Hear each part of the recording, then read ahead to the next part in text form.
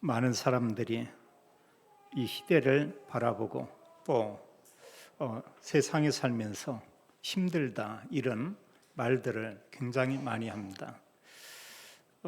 세상 살기가 왜 이렇게 힘드냐 이렇게 말하고 있죠. 우리가 사실 지금 보면 지구촌은 완전히 병들어 있습니다. 또 성경을 가지고 보면은 지구촌에 문제가 올 수밖에 없죠. 성경은 모든 문제가 창세기 3장에서 시작됐고 그 문제가 지금도 지속되고 있는 것을 이렇게 말하고 있습니다. 또 사람들은 이제 정치인들을 보면서 정치를 왜 저렇게 하냐 이런 많은 얘기들을 합니다. 우리가 알지만 그들은 정말 훌륭한 사람들이죠. 우리가 비판하지만 세상적으로나 아는 것은 우리보다 훨씬 뛰어난 그들일 것입니다. 근데 우리는 그 사람들을 보면서 많은 판단도 하고 얘기를 합니다. 정치인들이 왜 저러냐? 이유는 다른 게 아닙니다. 자기중심이고 사실 그 모든 부분도 알고 보면은 창세기 3장이죠. 에베소서 6장은 보게 되면 사단이 이런 지도자들을 사로잡는다고 말하고 있습니다. 그리고 결국은 사람이 하나님 중심이 되지 않으면 사람은 힘들 수밖에 없고 또 우리는 주변을 보면서 정치인들을 보면서 또 세상을 보면서 계속 그런 얘기하죠. 저 사람들이 왜 저래? 세상은 왜 이래? 여러 말을 하게 될 것입니다. 그렇다면 우리는 교회를 우리가 들여다볼 필요가 있죠. 교회당과 함께 교회 예배 드리는 많은 기독교인들이 있습니다. 그럼 그 사람들은 모든 면에 바르냐? 또 그렇지도 않죠. 우리가 여기저기 교회들의 많은 소식들을 듣고 있습니다만 보면 교회가 은혜스럽게 잘 성장하는 교회도 있고 그렇지 못한 경우도 있죠. 이제 그런 때로 안 좋은 이런저런 소문을 들으면서 교회가 왜 이래? 우리가 이럴 수도 있고요. 근데 사실 중요한 것은 다른 게 아니고요. 그리스도인들이 올바른 복음을 누리지 못하고 있고 사실은 그리스도인들이 이 복음을 세상의 사람들에게 또 때로는 우리 주변에 영향력 있는 이런 사람에게 말하지 않기 때문에 사실 온 그런 문제다 이렇게 볼 수가 있겠습니다. 그래서 사실 우리가 복음을 가지고 보면은 가장 큰 문제는 다른 게 아니고요. 창세기 3장의 문제고 그보다 더 큰 문제는 복음을 말하지 않는 것. 그게 진정한 참된 문제인 것을 우리가 볼 수 있습니다. 오늘 말씀에 보게 되면 디모데에게 바울은 마지막 그런 메시지를 얘기하고 있죠. 이게 마지막 메시지입니다. 너는 말씀을 전파하라. 이렇게 말하고 있죠. 이런저런 상황 이런 거 따지지 말고 너는 말씀을 전파하라. 그것은 복음을 전하라고 말하고 있죠. 예수님께서도 그리스도로 이 땅에 오셔서 마지막 말씀을 하는데 그 말씀을 40일 동안 계속 반복적으로 말씀합니다. 사도들은 기록하기를 그렇게 말씀하고 있어요. 모든 민족 그들을 제자 삼으라 이렇게 말했고요. 만민에게 복음을 전파하라 이렇게 말하고 있고 또 요한 같은 경우는 이 언약의 말씀을 후대에게 올바로 전달하라. 그래서 어린 양을 먹이라 이렇게 말하고 있죠. 또 사도행전 1장 8절은 우리가 잘 알지만 마지막 메시지 중에 마지막이라고 볼 수 있죠. 성령이 임할 것이다. 하나님이 너에게 권능을 주실 것이다. 너희는 복음을 가지고 가서 땅끝까지 증거하라. 그런데 그 내용을 말하고 있어요. 뭘 증거하냐? 예수님만 그리스도다. 이것을 증거하는 증인이 될 것이다. 이렇게 말하고 있죠. 그래서 우리가 교회가 왜 이러고 교인들이 왜 이러고 정치인들이 왜 이러고 지구촌이 왜 이러고 그럴 수밖에 없습니다. 창세기 3장이고요. 지금도 눈이 안 보이지만 사탄이 계속 활동하고 역사하고 있죠. 그래서 성경은 중요한 믿음의 사람들이 가지고 누렸고 또 믿음의 사람들이 계속 사람들에게 전했고 부탁한 내용이 뭐냐? 복음을 전하라. 이걸 말하고 있죠. 그래서 사실 이 세상과 정치인들이나 모든 사람들이 힘을 얻고 구원받는 것은 다른 게 없죠. 성경은 그리스도를 통한 구원, 그것만이 인간을 구원할 수 있다, 이렇게 말하고 있습니다. 여기서 우리가 한 가지 정리할 게 뭐냐면 구원의 길, 우리가 이걸 정리해야 되겠죠. 우린 나름대로 많은 것들을 알고 있습니다. 또 요즘 우리가 스마트폰 안에 많은 정보들이 있죠. 그래서 참 많이 알고 있어요. 그리고 정말 모든 사람들이 똑똑합니다. 근데 사실 한 가지만 너무 이렇게 잘 몰라요. 안다고 해도 굉장히 그 내용이 이렇게 혼합되어 있고 또 정리가 안 돼 있고 이런 모습을 보게 됩니다. 그게 뭐냐면 예수님이 그리스도다. 이것만 정리가 안 돼 있어요. 다른 거 모른다고 해도 예수님이 그리스도다. 그리스도께서 오시어서 한 일 세 가지, 이것만 우리가 올바로 알고 있다. 어느 면에 언약 내용에 다라고 볼 수 있습니다. 하나님 만나는 길, 다른 길 없죠. 그럼 만나지 못하면 어떻게 되냐? 성경은 지옥에 간다, 이렇게 말하고 있죠. 그 길이 오직 그리스도다, 이렇게 말하고 있고요. 또 말씀하고 있습니다. 모든 사람이 지금 죄 가운데 있다. 그 신본이 죄인이다. 그래서 우리가 죄에 대해서 우리가 짓는 이런 여러 죄들이 있습니다. 윤리, 도덕, 또 우리가 삶 가운데 물론 죄 맞죠. 그럼 본질적으로 성경은 아담의 후손 모든 사람은 다 죄인이다, 이걸 말하고 있죠. 우리가 그걸 이해해야 됩니다. 그걸 우리가 원죄 이렇게 얘기하고 있죠. 그 죄는 안 없어져요. 그건 지워지지 않아요. 그것은 사실 어느 정도 심각하냐, 결국은 그걸 인해서 지옥에 가게 되죠.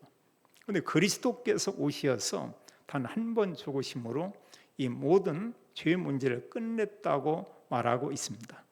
우리가 우리 자신을 보면 내가 죄 사함 받았다 말할 수 없어요.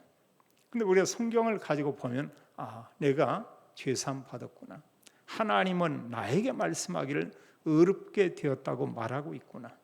성경은 그러면서 우리에게 말씀하기를 그리스도를 정말로 믿는 사람은 이제 의인이다, 이렇게 말하고 있죠. 이게 놀라운 것입니다. 그런가 하면 우리가 잘 알지만 사실 눈이 안 보이지만 지금 사탄이 발악하는 이런 시대에 우리가 살고 있습니다. 그래서 세상이 복잡하고 어려운 거예요. 또 그런가 하면 모든 지도자들, 흑암의 세력이 이게 사로잡고 있습니다. 거기에 심지어는 교회까지 침투하고 구원받은 성도에게까지도 이 사단이 역사하게 되죠. 그리고 계속해서 성도들을 속이는 겁니다. 그리고 정말 중요한 복음 언약을 놓치게 하고 세상 것을 가져다 주면서 그것만 붙잡으라, 이렇게 말하죠. 마태복음 4장에 보듯이 마귀가 와서 예수님 유혹하듯이 똑같습니다. 눈에 보이는 거, 또 뭔가 자랑할 만한 거, 또 우리가 소유하는 이런 거, 그런 걸 가지고 계속해서 그리스도인들을 이렇게 미혹하죠. 그래서 복음만 집중하지 못하고 복음만 언약으로 붙잡지 못하도록 계속 속이는 겁니다. 구원은 이미 받았고요. 구원받은 성도가 다른 사람에게 그리스도를 말하지 못하도록 사탄은 계속 이렇게 역사하고 있죠. 그래서 죄와 지옥과 사단의 이런 권세는 인간의 힘으로 해결할 수 없죠. 성경은 말씀하고 있습니다. 성경 전체 내용이 그걸 말하고 있어요. 오직 그리스도만이 이 문제를 해결할 수 있다. 그런데 그리스도가 오셨죠. 그분이 예수님입니다. 단 한 번 십자가에 죽으시고 부활로 완전한 구원을 이루었다, 이렇게 말하고 있죠. 디모데후서 3장에 보게 되면 말세에 고통하는 때가 온다, 이렇게 말하고 있어요. 오늘날 지금 이런 시대를 우리가 맞이했습니다. 그래서 그리스도 없이 세상에 살만 나고 행복하고 기쁘고 이런 건 없어요. 잠시 동안 그런 일들이 있을 수는 있습니다. 마침 보면은요, 어느 사람들이 마약을 접하고 나면 그걸로 큰 기쁨, 또 어떤 그걸 인해서 말할 수 없는 어떤 이런 쾌감 이런 걸 느끼지만 결국 오래가지 않고 짧은 시간에 거기에 중독이 되고 사람이 폐인이 되는 것을 우리는 이미 잘 알고 있습니다. 세상 것은 마침 그와 같아요. 그래서 성경은 우리에게 말씀하고 있습니다. 마지막 때에 어떤 일이 일어날 것을 잘 말하고 있죠. 그런 가운데 지금 디모데후서 3장에서 잘 말해요. 왜 사람들이 사는데 이런저런 많은 고통들이 많냐. 1절로 5절에 말씀하기를 여러 내용들이 기록되어 있습니다. 근데 그런 가운데 몇 가지를 보면 사람들이 자기를 사랑하고 한마디로 자기만 사랑하고 이런 시대가 됐고요. 또 사람들이 뭐냐? 오직 돈을 사랑하고 돈이 나쁜 건 아닌데 이걸 사랑하고 여기에 너무 집착하면 형제고 친족이고 친구고 이런 부분이 안 보이죠. 그리고 계속해서 그 사람의 마음 중심에는 오직 돈 이것만을 생각합니다. 더 나아가서 사람들은 뭔가 다 그 내면에 그런 게 있고요. 또 어느 정도 이렇게 삶의 여유가 있으면 이분들이 어느 방향으로 가는 데가 있습니다. 그게 쾌락이죠. 세상을 사랑하는 겁니다. 이러다 보니까요, 우리가 보면 하나님을 사랑해야 될 인간이 하나님을 사랑하지 않고 돈만 사랑하고 자기만 사랑하고 이러고 하면 세상은 악할 수밖에 없어요. 모든 게 오직 나만을 위해서. 사람들이 그런 거죠. 근본적인 건 뭐냐? 정말 하나님을 사랑하고 하나님께 가까이 가야 되는데 하나님에게는 관심도 없고 하나님과 아주 멀리 있는 겁니다. 결국은 많은 문제가 올 수밖에 없죠. 이게 사실 뭐냐면 그 창세기 3장 그 모습 그대로죠. 3장의 나 중심, 6장의 세상과 물질과 쾌락 중심. 남이야 죽든 살든 나만, 우리나라만 잘 되면 된다. 그게 사실은 이제 무너질 바로 이제 창세기 11장의 바벨탑이죠. 이걸 붙잡고 사람들이 사는 겁니다. 그게 단지 알고 있어요. 성공해서 정말로 바벨탑 꼭대기에 이렇게 섰다. 그 자리는 잠깐이죠. 오래 머물 수가 없어요.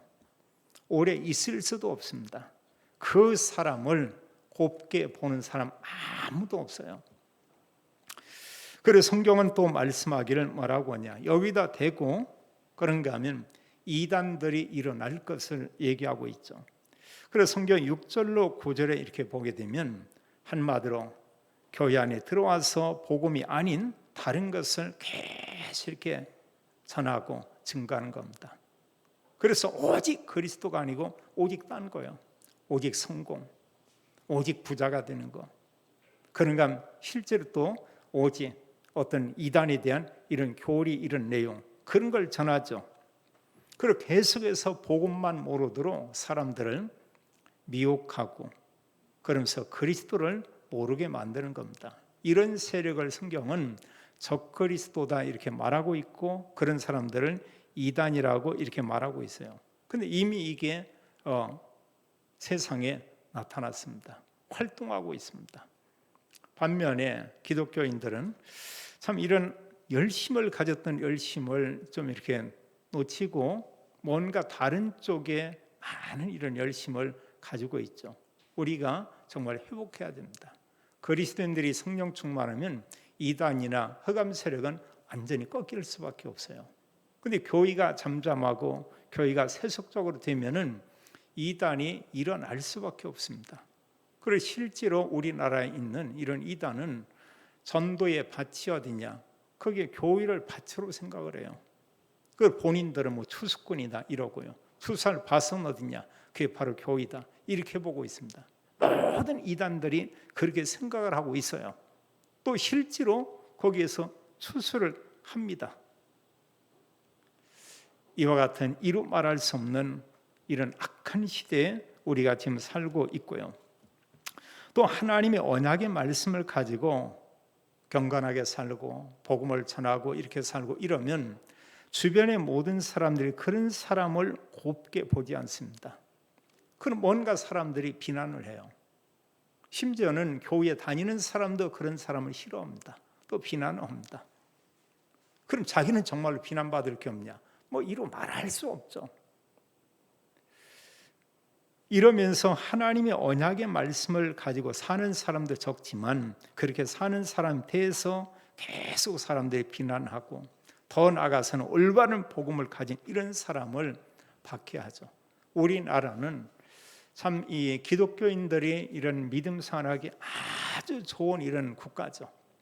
근데 이렇게 제한받는 그런 나라들이 굉장히 많아요. 가까운 일본 같은 경우도 교회가 거의 없잖아요. 어느 사람이 교회를 가기 위해 찾았는데 발견했다고 그래요. 바닷가 옆에 어느 교회가 저기 있구나. 나중에 가보고 나니까 겉은 교회인데 알고 보니까 그건 예식장이더라는 겁니다. 그 일본 사람들은 예식은 교회에서 하고요. 그러니까 그 예식장이에요. 교회 건물로 꾸미고요. 장례식은 절간에서 하고요. 그럼 그 사람들이 정말 복음을 알겠습니까? 또 우리가 잘 알지만 아시아 여러 국가들은 복음하고는 굉장히 먼 이런 상태죠. 복음이 아닙니다. 어떻게 보면은 완전히 우상에 사로잡힌 이런 종교를 가지고 있고 더 나아가서 지구촌에 수많은 나라들이 모슬렘의 그런 영향권에 있습니다. 그들은 복음 싫어하죠. 심지어는 유대인도 예수님이 그리스도다 아주 싫어합니다. 누가 가서 전한다. 그날로 추방되죠. 이같이 참 올바른 복음 가진 사람들을 박해하고요. 복음 때문에 더러 순교당하는 이런 사람도 있는 것을 우리가 볼 수 있죠. 그렇지만 이런 시대지만 우리가 그러면 그리스도인들이 우리는 어떻게 무장하고 우리가 살아야 되냐? 성경은 잘 말씀하고 있어요. 우리가 성경 말씀하기를 14절로 17절에 3장에 이미 잘 말씀하고 있습니다. 자, 성경을 통해서 우리가 깨닫는 거 뭐냐? 구원이죠.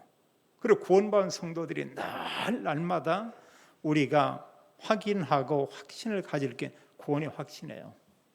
나는 그리스도를 믿음으로 구원받았다. 하나님의 자녀다. 나는 죄사함 받았다. 여기에 대한 확신이 있어야 되겠죠. 확신을 가질 때 진정한 구원의 감사가 여기서 나오게 되죠. 또 진짜 참된 기쁨도 구원 속에서 이게 나오게 되죠. 우리가 사실 다른 사람이 복음을 전한다. 그것도 마찬가지입니다. 이 구원의 가치를 알고 구원이 얼마나 큰 축복이고 그리스도를 통해서 나의 인생의 삶에 변화된 걸 아는 만큼 우리는 다른 사람에게 말할 수가 있어요. 이제 사탄은 뭐냐? 그 사실만 사람들에게 말하지 못하게 만들죠. 확신, 구원의 축복, 구원에 대한 간증 이런 것을 전혀 말하지 못하도록 역사합니다. 근데 성경은 우리가 그렇게 말하고 있어요. 3장 15절에 말씀하기를 성경을 통해서 우리가 구원에 이르게 됐다 이렇게 말하고 있고요. 그리고 성경 전체는 그 내용입니다. 그리스도를 통한 인간 구원 그걸 우리에게 말씀하고 있죠. 요한복음 20장 30절에도 말씀하기를 성경을 기록한 이유를 그 말씀하고 있죠. 31절 이런 내용 가운데 뭐라고 했냐? 성경은 예수님이 그리스도다. 그걸 알린 것이고요. 또 그런 믿음으로 생명을 얻는 것이다. 한마디로 구원받는 것이다. 이걸 말하고 있죠. 그리고 창세기 1장 27절에 하나님 형상이 회복되는 거고요. 하나님의 생기가 우리 안에 들어가서 모든 걸 회복하는 거고요. 하나님께서 다시 에덴의 이런 축복, 에덴의 이런 죄 범하기 이전에 그런 그 모든 축복을 누리는 삶을 회복하는 게 뭐냐? 이게 사실은 그리스도죠. 그리고 예수 그리스도를 영접하는 자에게 주시는 축복이죠. 또 성경은 구원받은 성도에게 중요한 말씀을 하고 있는데 성경은 우리에게 때로 하나님이 우리에게 메시지를 주죠. 또 우리가 때로 그릇된 길로 가고 잘못 알고 있으면 우리를 깨닫게 합니다. 책망도 하고요. 그리고 바르게 하고 의로 교육하기에 올바른 그리스도 언약을 가진 성도의 삶을 살도록 성경은 우리에게 알려주고 있죠. 그리고 구원받은 사람이 하나님 말씀 가지고 살 때 하나님은 우리를 어떻게 인도하냐? 17절의 말씀처럼 하나님의 사람으로 온전하게 하고 또 선한 일을 행할 능력을 갖추게 하려 합니다. 여기 선한 일 속에는 하나는 다른 사람 살리는 복음 전하는 그런 삶, 또 하나는 다른 사람들이 볼 때 저 사람은 사는 게 우리하고 참 다르구나, 사는 삶이 참 이렇게 멋있구나, 기독교인답구나, 이제 이런 얘기를 하겠죠. 그리고 우리가 선한 이런 삶은 하나는 가장 중요한 본질적인 것은 그리스도 복음을 전하는 삶이고요. 또 하나는 사실 세상과 구별된 이런 삶이죠. 이런 능력이 하나님의 언약의 말씀 속에 다 있다고 했습니다. 그리고 구원받은 성도가 언약의 말씀 가지고 살면 어떤 상태냐? 이때 하나님이 영적인 축복을 주고요. 그런 성도에게 하나님은 보좌의 축복을 누리게 하고, 그러면 이런 사람은 이제 보면 세상이 아무리 악하다고 해도 세상이 왜 이래? 그런 말 할 이유가 없죠. 아무리 세상이 악하다고 해도 나는 지금 하나님 나라 보좌의 축복을 누리는 그 속에 있는 것입니다. 문제가 되지 않죠. 아무리 주변에 이단들이 일어나고 핍박하는 세력이 있다고 해도 문제가 되지 않죠. 나는 하나님의 자녀고 하나님 나와 함께 있고 하나님께서 나에게 말씀 미션을 줬는데 이 복음 가지고 모든 사람 살리라는 이런 언약의 말씀을 하나님 내게 줬다. 또 주님은 나와 함께 있다. 뭐 그러면 끝나는 것이죠. 그래서 사실 내가 힘들고 복잡하고 혼란스럽고 이런 것은 사실 구원받은 건 맞지만 하나님의 언약의 말씀을 우리가 놓치고 살면 이렇게 혼란스럽죠. 그리고 불신자나 똑같이 세상을 원망하고 지도자를 원망하고 사람들을 원망하고 이렇게 되겠죠. 믿음의 사람들은 전혀 그들에 대해서 원망하지 않은 것을 보게 됩니다. 사도 바울은 마지막에 디모데에게, 이건 사실은 디모데에게 줬지만 이 말씀은 교회에게 주는 말씀이고 이 말씀은 또 디모데에게 줬지만 후대에게 전달할 그런 언약의 그런 말씀이죠. 뭐라고 말씀하고 있냐? 마지막에 이런저런 많은 얘기를 할 수가 있습니다. 그러나 바울은 말씀하기를 4장 1절로 2절을 같이 한번 읽겠습니다. 하나님과 살아있는 자와 죽은 자를 심판하시는 그리스도 예수 앞에서 그가 나타나실 것과 그의 나라를 두고 엄히 명하노니 너는 말씀을 전파하라. 때를 얻든지 못 얻든지 항상 힘쓰라. 범사의 오래 참음과 가르침으로 경책하며 경계하며 권하라. 아멘.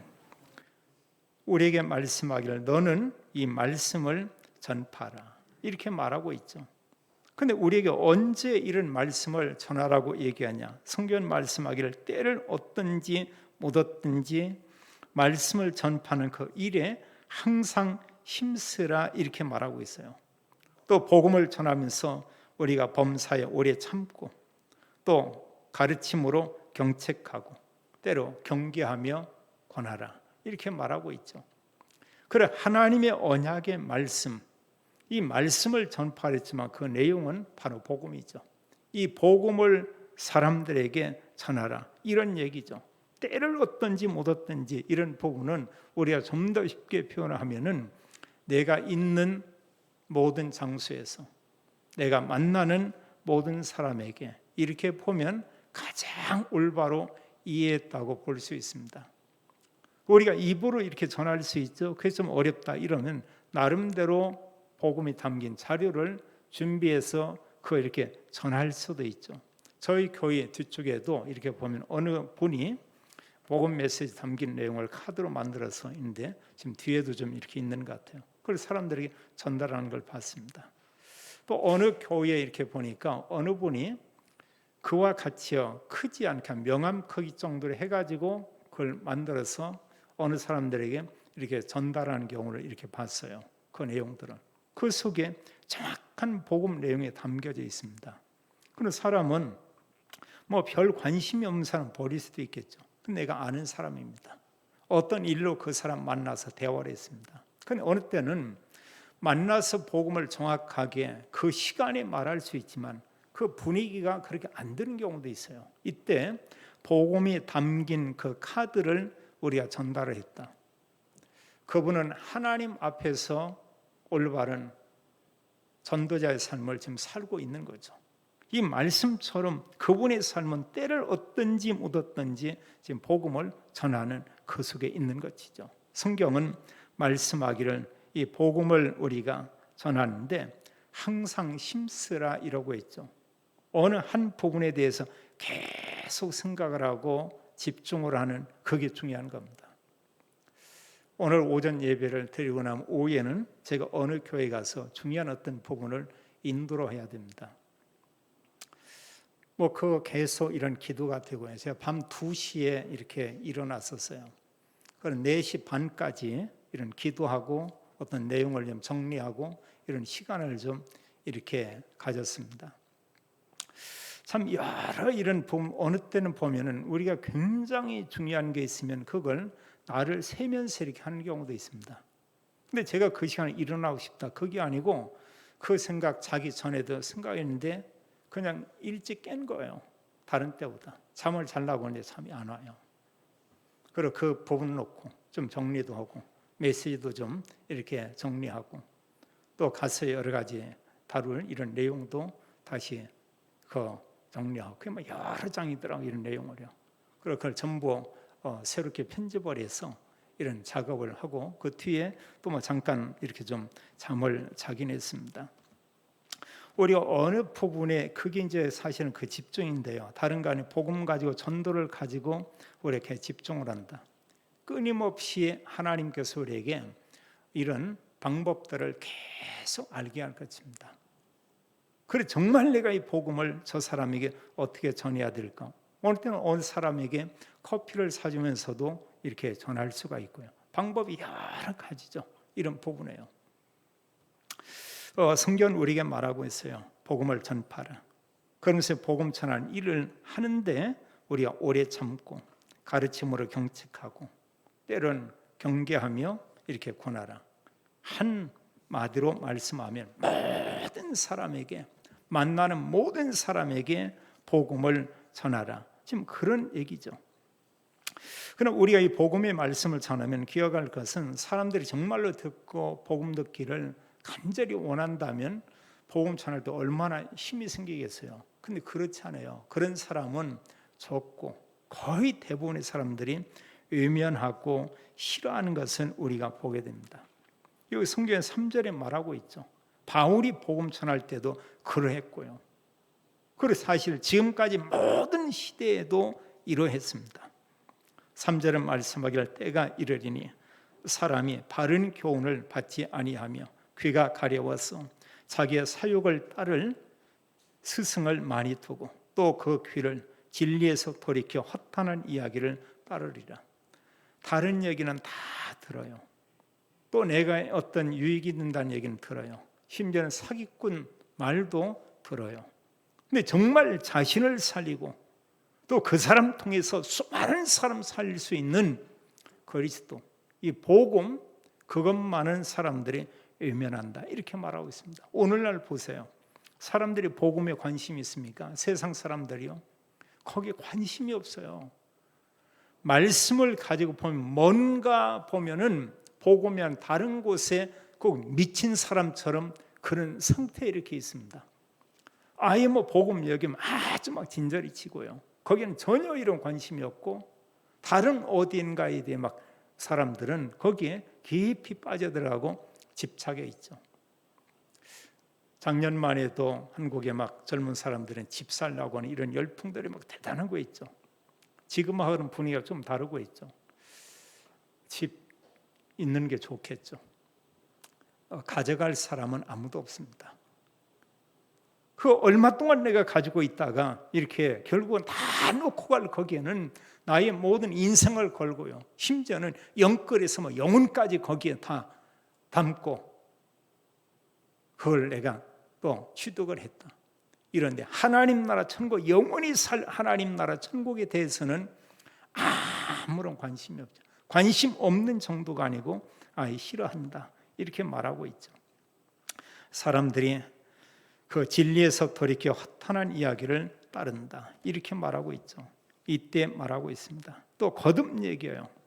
그러나 너는 전도자의 일을 하며 내 직무를 다하라. 앞으로 디모데가 해야 될 일이 뭔가를 잘 이렇게 말하고 있습니다. 너는 전도자다. 너는 목회자지만 너는 전도자다. 성경 말하기를 모든 일에 신중하여 고난을 받으며, 전도자의 고난이 있습니다. 핍박이 있습니다. 이런저런 많은 비난도 받습니다. 그러나 너는 전도자의 일을 하며 내 직무를 다하라. 이렇게 말하고 있죠. 이게 메시지예요. 우리에게 말씀하기를 복음 전하는 전도자의 삶을 살아라. 이렇게 말하고 있죠. 바울은 한 평생 동안 그리스도를 만나고 나서 그는 복음 전하는 전도자의 그런 삶을 살았죠. 바울은 지금 알고 있습니다. 6절의 말씀에 대해 전제, 구약에 보면 제물과 함께 제사를 드리면서 거기에 이제 포도주를 완전히 부어서 하나님 드리는 그 제사가 그 전제입니다. 자기 자신이 이제 얼마 있지 않으면 죽을 거라는 걸 그는 잘 알고 있어요. 그냥 죽는 게 아니고 순교 당할 것을 그는 이미 느끼고 있습니다. 그리고 실제로 그 뒤에 순교 당했죠. 7절은 말씀하기를 나는 선한 싸움을 싸우고 나의 달려갈 길을 마치고 믿음을 지켰다. 이 선한 싸움이 뭐냐? 복음 전하는 전도자의 삶이었고요. 또 그는 이런 가운데 자기가 달려갈 길을 마치고, 사도행전 20장 24절 내용이 기억나죠. 자기는 복음 전하는 그 일을 위해서 아예 생명을 조금 더 귀하게 여기지 않는다. 바울은 지난 날을 돌이키며 난 정말 복음 전하는 그런 일을 지금까지 해왔다. 그리고 오직 그리스도, 그 믿음을 가지고 지금까지 이런 증인의 삶을 살았다. 지금 이 부분을 얘기합니다. 그러면서 이제는 나에게 또 정말 주님의 재림을 사모하고 복음 전한 모든 사람에게 예비된 하나님의 상급, 그걸 말하고 있죠. 그리고 그리스도인과 전도자가 받을 상을 말합니다. 바울은 나에게 의의 면류관이 예비되어 있다. 나뿐만 아니고 복음 가지고 사는 그리스도인들에게 하나님께서 의의 면류관을 하나님께서 다 주신다. 이런 얘기하고 있죠. 그래서 상 중에 최고의 상이 바로 이거죠. 지구촌의 최고의 자랑이 되는 상을 우리가 노벨상이다. 이렇게 얘기하고 있습니다. 대단하죠. 의의 면류관과 비교하면 그건 비교 자체가 안 돼요. 노벨상은 그냥 세상 거고요. 아주 훌륭한 사람에게 주는 거 맞지만 육적인 상이고요. 의의 면류관은 영적인 겁니다. 하나님 주시는 상입니다. 천국에서 우리가 받아서 영원히 누릴 그런 상이죠. 그리고 지금 성도들이 이 땅에서 주를 위해 헌신하고 복음 가지고 산다. 이것은 너무 놀라운 거예요. 얼마나 놀라운 일입니까? 참 이루 말할 수 없거든요. 또 우리에게는 얼마나 큰 소망이 있습니까? 우리에게는 앞으로 뭐냐? 좋은 일만 남았어요. 그냥요. 좋은 일만.